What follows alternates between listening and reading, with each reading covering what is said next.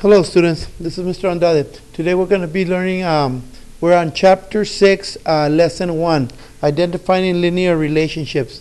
Okay, you guys already know that in order to find a linear relationship from a table, that you have to have the same constant rate of change. In this case, I already filled up the columns here so we can see how much everything is changing. In this example, let's go ahead and start by reading it. The table shows the approximate height and horizontal distance traveled by a football kicked at an angle of 30 degrees.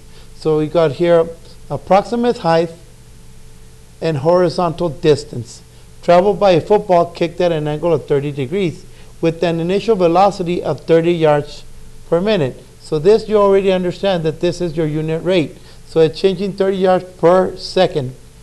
Let's investigate which two quantities, time and height, or time and length, have a constant rate of change. All right, so this is something that we're going to be comparing now in order for you guys to be able to solve linear equations and to be able to graph them. Let's take a look at problem number 1. Compare the rate of change for height and length of the football travel each half second. Okay, so if we're going by seconds, you can see the time is changing in seconds. Changing in seconds, changing in seconds. It should all be pluses here. All right, from here to here, it went up 5 seconds, 5 seconds, 5 seconds, 5 seconds, 5 seconds. So the time's good. That seems to have a constant rate of change. Now, but here they want us to compare height and length. So we got the height and we got the length here. Well, if you see in the first second, from 0 to from half a second, the ball went from 0 to 6.2 in height. All right, so from here to here, the change is 6.2. Now, then in the next half second, it goes from 6.2 to 9.7. So now the distance is actually a plus 3.5 change. And then from there, from 1 minute to 1.5 seconds, 1 second to 1.5 seconds, it went from 9.7 to 10.5. That's only a change of 0.8. And from here to here, now, as you can see, now the number's getting smaller. So the change from here to here is actually negative 1.8. And then from here to here is negative 4.5. So you can see that the height does not have a constant rate of change. So if we're talking about height, right, and we have ourselves a little graph, and we put the height on this side and the length on this side. And the reason I put height here is because the y measures the height, but it could be interchangeable. Now, as the height goes up, so from 0 seconds here, it seems to be okay. The football's still on the ground, right? But at 0.5 seconds here, now the height is somewhere up here. And then at 1.2 seconds, then the height is somewhere over here. And then as we go on, we're getting a little curve going up. Now from there, as this is going this way, the length is staying constant. So it's 13, 13, 13, 13 here. As you can see, this will be 13, 13, 13, 13, 13. And as you go out there, this is changing differently. And then after a while, now it's going to start coming down again. So your football, the height seems to be going up, and then it reaches a certain point, like around right here at 10.5. But then the next one is smaller. So basically the football's going up there, and then it starts coming down. All right. So this is what. Now, this is not a straight line. Therefore, you can say that the height and the length do not. Right? They do not have a constant rate of change. So it says here, compare the rate of change for the height and the length travel at each second. So here you would say the constant rate of change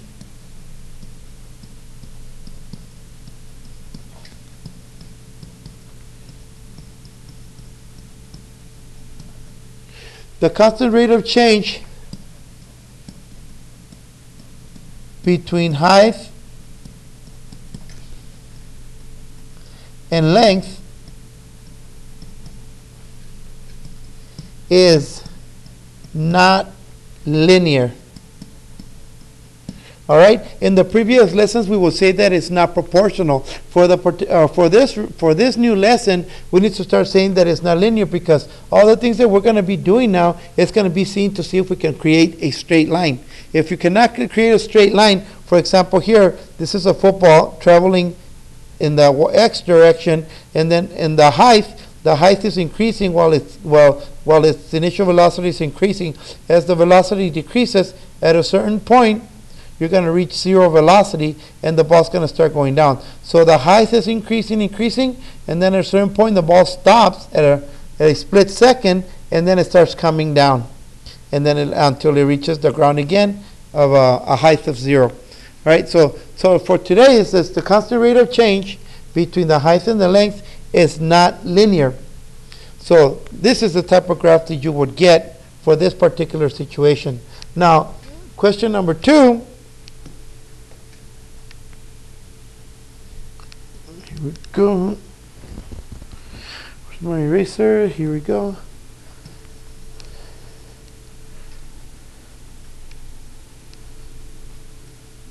For question number 2, it says, graph the order pairs time and height and time and length on a separate sheet of grid paper. Connect the points with the straight line or smooth curve, then compare the graphs. Okay, so we don't have to move anything there. Let's go ahead and try to see if we can graph it right here, right now. It says time and height. So we're going to be graphing the time and the height. Well, we already know that this goes by 0.5s every time, but this one goes in different situations. So the graph for this one it went up, and then it started going down.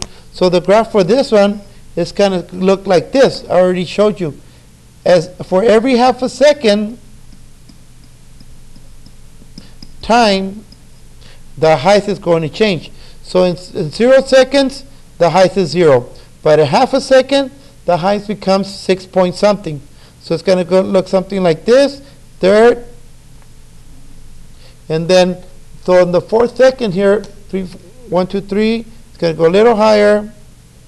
It's going to go like this, and then from there it's going to start coming back down until you reach the ground. So that's going to be the graph for the time versus the height. Now for time and length, now that one you could see that it's going to be a straight line, because right here it was changing by 13. So the difference, the constant difference here is 13.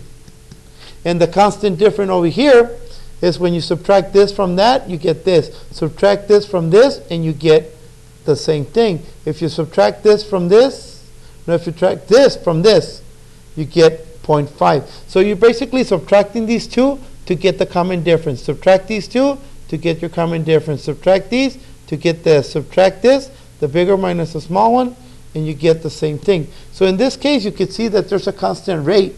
So in this case, our graph is going to look something like this. For every second, every half a second, it's going to go up, and then up, and then up, and then up, and then up. And that's the way it's going to look.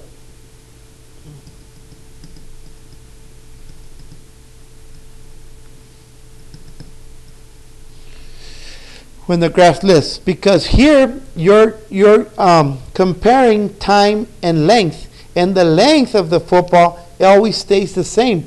Every half a second it was increasing 13. So that created a straight line. The only problem is this one had to create a curve, because the height was going up, and then it started going down, and then you can assume that the next one probably will be 0. So that would be it. This is what we're going to be doing now, trying to find the constant rate of change to see if we find a linear graph. It's about identifying linear relationships. Anything that's not linear, for example, these two, the comparison of these two, they do not give you a linear graph. Okay, so let's go ahead and start with our examples. So go to page 442, and here we go. Identifying linear relationships using tables. A relationship between two quantities. There you go. You've seen that already. You've seen that before. Here we go. A relationship between two quantities that have a constant rate of change. Here you go. Constant rate of change. And, here we go, a straight line graph is called a linear relationship. So, a relationship between two quantities that have a constant rate of change and a straight line is called a linear relationship. For example, if you have a table with values x and y, and you have a relationship, as the x increases by 1, let's say that y is going to be increasing by 2.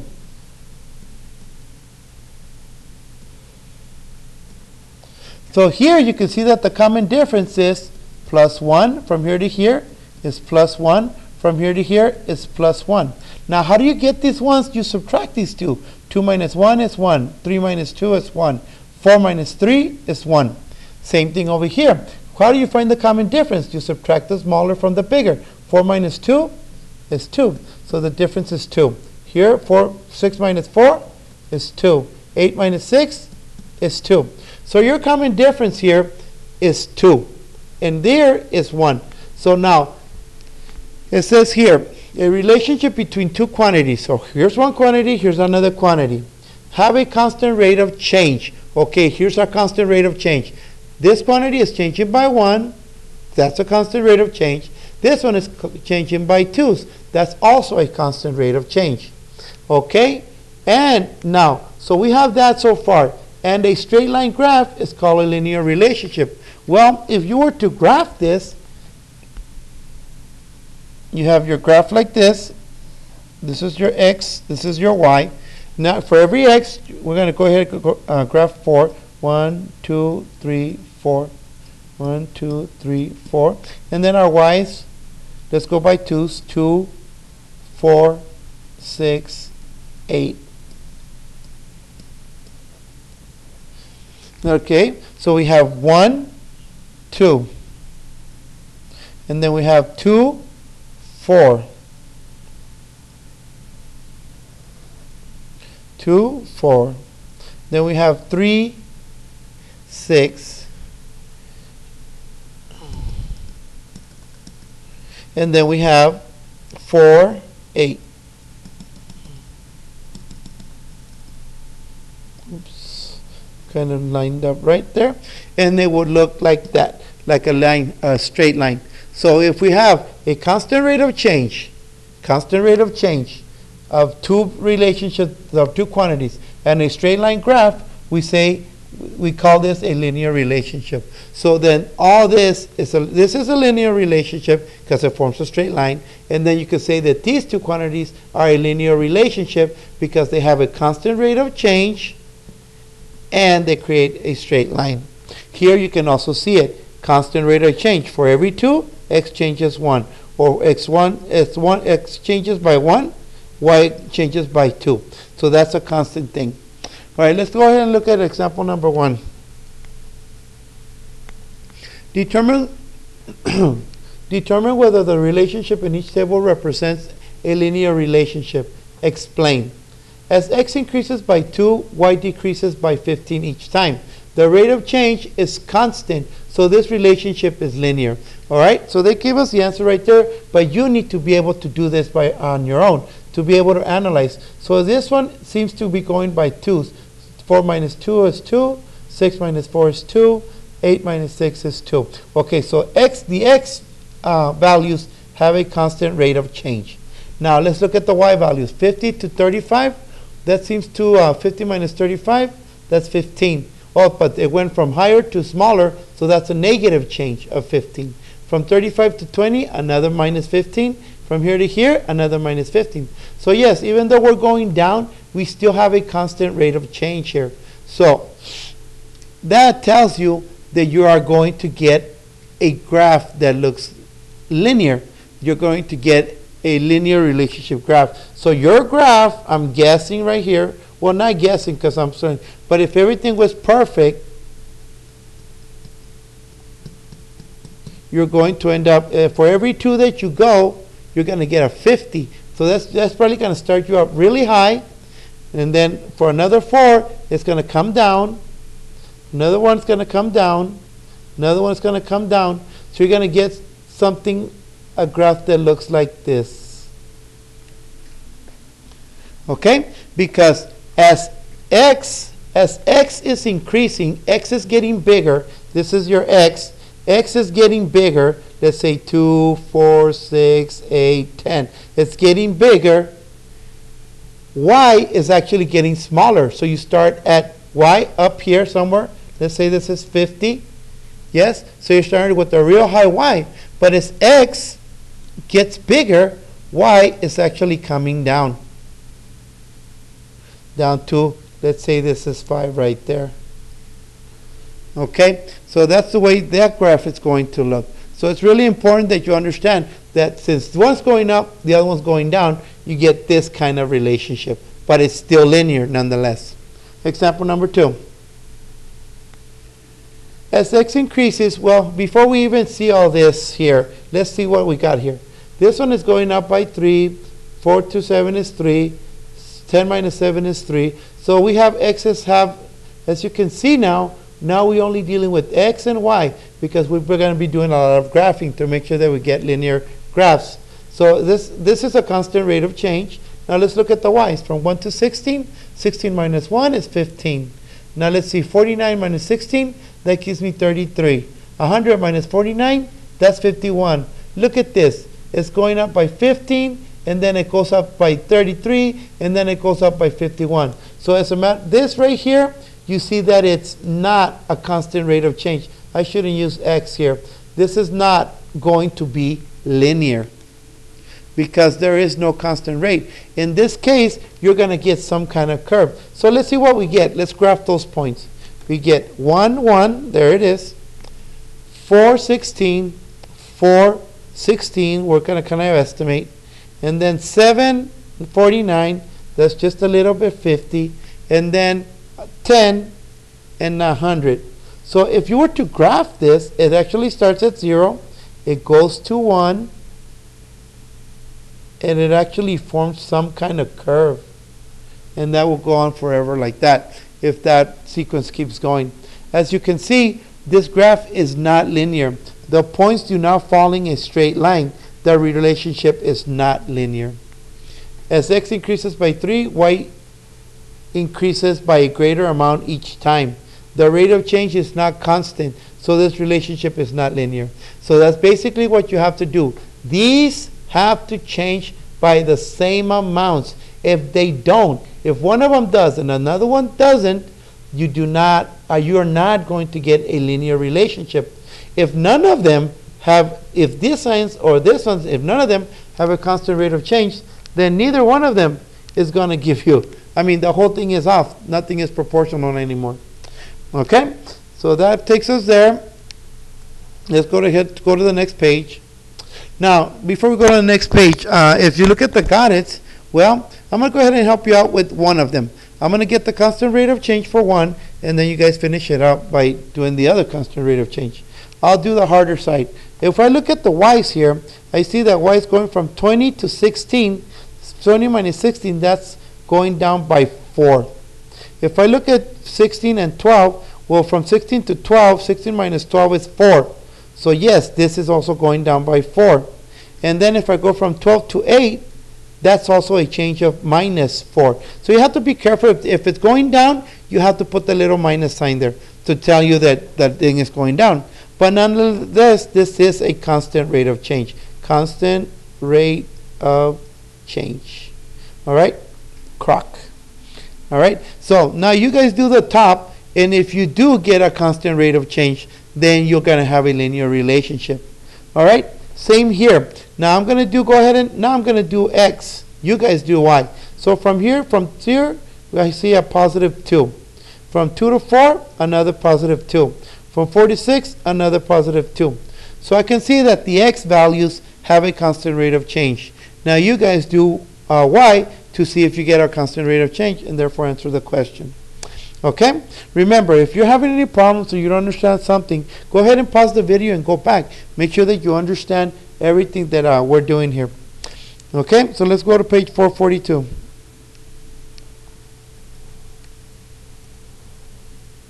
Identifying linear relationships using the graphs. All right? So you can use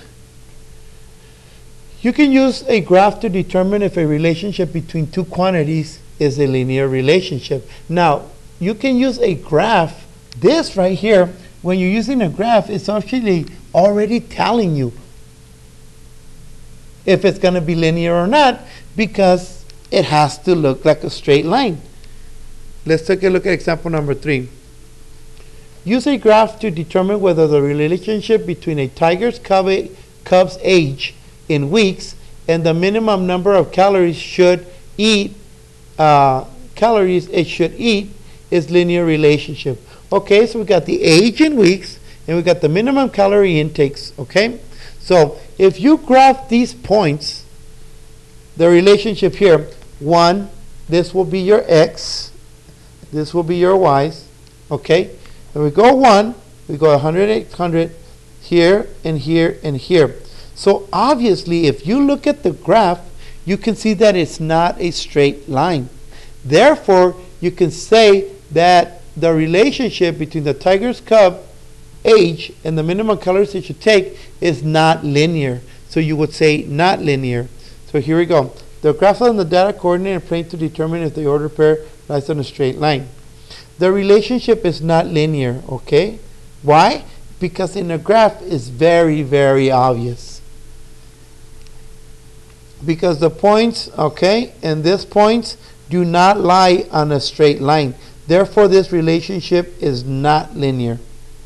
All right, and that's very, very, very simple. Now, you're going to say that this is, wow, this is very, very easy. And it is very easy. But remember, this is just building you up to the next topic that we're going to be learning in the next lesson, which is going to get really, really, it's going to be awesome. Example number 4. A square has a side length of s inches. Use a graph to determine if the relationship between the side length and the area of the square are a linear relationship. Make a table to show the area of the square for the side lengths of 1, 2, 3, 4, and 5 sides. Well, to find the area of a square, you have to multiply the side times the side. Side times side. So if you have a side of 1, right, and you know that squares have the same sides on all 4 sides, so it's 1 times 1 equals 1. For a length of 2 is 2 times 2, so that's 4. For a length of 3, well, that's 3 times 3, which should equal 9. These are the areas, these are the side lengths. So let's see. If you have a side length of 1, what's 1 times 1? 1. So the area is 1. A side length of 2, you get an area of 4. A side length of 3, you get an area of 9. 4 times 4 is 9. So let's go ahead and check for the rate of change here. If we graph these, here we go. 1, 2, 4, 4, 16, 5, 25. As you can see, and if you connect these points, you see that it's a curve. Therefore, you can say the relationship is not linear because the points do not lie on a straight line. Okay? Check. Notice that the table shows that the rates of change are not constant. So this is how you can also check if you're right, right? Because we did it before without a graph. So if you look for the constant rate of change, you can think that this is 1, this is a change of 1, change of 1, change of 1. This one is a change of 3. From here to here, it's a change of 5. From here to here, it's a change of 7. And from here to here, it's a change of 9. So obviously, the area does not have a constant rate of change. All right, and when we get to areas and things like that, you will find out why this is the reason, why this is not even proportional. Okay, and that's example number 4. Right there. And then I think that's it for this video. Let's go ahead and do the got it's on the last one here, since it's a little wordy. All right, it says here, Suri ordered running shirts for the cross-country team online. Each shirt costs $5, 15 plus $4 shipping for each item. So it's $15 plus $4 shipping for each item. So each, this is very important because it's going to be for everything. Use a graph to determine if the relationship between the total and the number of shirts sold is linear. Okay, so I'm going to go ahead and give you one, and then you guys tell me, and then you guys fill out the rest, and then you guys should be able to graph it. So then it's $15 plus $4 for each item. So $15 plus 4, that puts you at $19 for each item. That would be 19. Okay? Now, what about for 2 items? Well, if they charge you this and this for each item, that means they're going to charge me all this again for the second item. So this should be going up by 19. That will put me at 38. Okay? So from there, you should be able to see, fill up the rest. And as you can see here, this is already looks like it's a straight line. So obviously, this is going to have to be plus 1, plus 1, plus 1, and you guys fill in the rest and then answer the question to see if you have a linear relationship.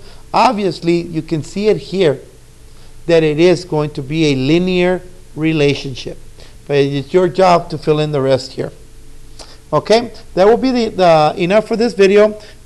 This should be very easy. We're going to assign the homework on Edmodo so you guys can see what you guys need to do for Tuesday. All right, have a good day. Bye.